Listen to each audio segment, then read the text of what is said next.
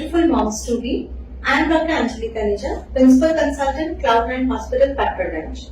Hello everyone, I am Dietitian Neha from Cloud9 Hospital, Patparganj. So we welcome you all to this session on nutrition in pregnancy. So whenever a pregnancy test comes positive, there are a lot of fear factor and myths surrounding the diet which is to be taken or not to be taken in pregnancy.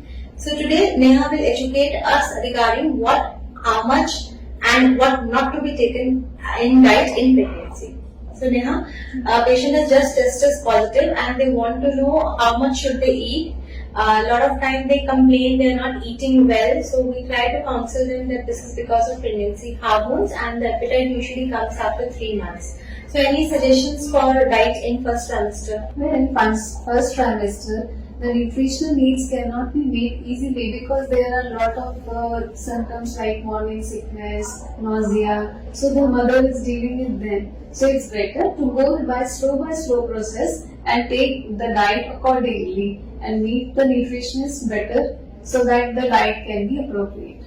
Right. So it will be a good idea at this time to have small frequent meals and avoid oily and spicy food. Yeah, of course, they should. Yeah. And a lot of times they say कि मैं तो रोटी ही नहीं खा पाती. So what can be their options if they are not able to have? They can have the chila, they can have rice, they can have small portions like oats, dalia. These are the options they can have accordingly. Right. And any don'ts for this phase in pregnancy? Something that they just should not take? Yeah, of course. They can avoid the fried and the junk food, especially because they will affect the baby growth adversely. Right. And what are your views about papaya? Again, very commonly we are asked, should we be taking papaya? See, researchers doesn't say like that because, of course, we cannot take risk with life. Yes, but there is no particular evidences that proves that papaya harms the baby or the pregnancy. So there is no scientific evidence to say that papaya causes abortion or any harm to the baby. Yeah, sure. So to reassure them, if they are consuming papaya, it's okay. So so now they have entered second trimester, the appetite has come back, and then often they will say कि मैं ये उतना ही खाती हूँ जितना पहले खाती थी या थोड़ा सा ज़्यादा खाती है. So we often counsel them that in second trimester or in third trimester even, you need to focus on the quality of diet and the quantity of diet is not drastically increased. So please educate about that. The balanced diet should be taken by the mother in which the protein increases by 1.5 gram per kg body weight and the calorie intake increases by 400 kilocalorie per day. So you can go for the particular lentils, the pulses, which can give you a good amount of protein. So basically, it is only in the second, third trimester once the patient has settled with her nausea or vomiting that the appetite comes back. But at that time also, she really doesn't need to eat for food. The calorie requirement is increased by, as you said, only around 400 calories. And so the protein requirement goes up from 1 gram per kg in pre-pregnancy period to 1.5 gram per kg during pregnancy time.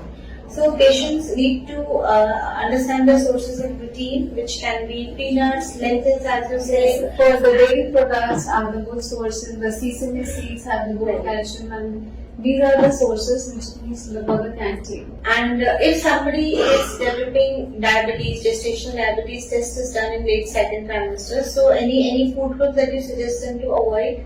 Yes, the foods like low glycemic index. They can have like the fiber-rich products like the oats, the dalia, porridges, and all the cereal family like ragi, bajra, millets. These are rich in fiber and they have good glycemic index. They have low glycemic index that a mother can take accordingly in gestational life. So, and any specific advice for third trimester? Like many patients say that consuming ghee will promote normal delivery. So, any logic to that? Yeah, of course. There is nothing evidences like that. Ghee is a good saturated fats, but it should be taken in a limited amount, like 2 to 3 teaspoons per day. You can take the ghee. Otherwise, you cannot take the excess amount more than that because it will hinder the pregnancy and the labor pains during the time. So there is no scientific evidence to prove that ghee will promote normal delivery. No, it should be part of your balance. It's completely a myth. And another myth which is pretty common is that eating coconut or the color of the food that the pregnant mother is consuming will decide the color of the baby. Yes. So that is also not true. The color of the baby is decided by the gene. Yes, of course, it is decided completely on the gene. Coconut water is an excellent source of potassium, so that it helps in maintaining the electrolyte balance and giving a good skin texture and helps in maintaining the fluid balance. Nothing else, but it is not related to the color of the baby. So in a nutshell, have balanced diet, avoid junk food, avoid packaged food, not more than 1 cup of tea or coffee in a day. The permissible limit for coffee is around 200 milligram per day, I believe. Yes. And coffee is present not only in coffee itself, but also in dark chocolates, green tea, in colas. So there are all sources of caffeine. So when we talk of coffee, actually we are talking of caffeine. So the limit total is 200 milligrams. So limit your intake and avoid anything which has over to discuss MSG and Ajinomoto. So what are the risks with MSG and Ajinomoto? Because there's a lot of myth that Chinese food should not be eaten. Yeah, Chinese food the mother can take the Chinese food, but to an extent, not using the Ajinomoto. Try to have a homemade preparation, so they are hygienic, they are good, and they are prepared by the homemades or yourself, so you know the ingredients. So it's better to take home food based. So you can have Chinese, but make it at home and Yes, never add of course. Ajinomoto, which is a neuroexciter, which can harm the baby. Right. So the focus has to be on balanced diet in each trimester. Initial days of pregnancy, it may be difficult to eat, but later on the appetite comes back and the weight gain starts. And as a part of balanced diet, we have to focus that the protein intake is around 1.5 grams per kg body weight. And we have already told the sources of protein. The other concern is iron.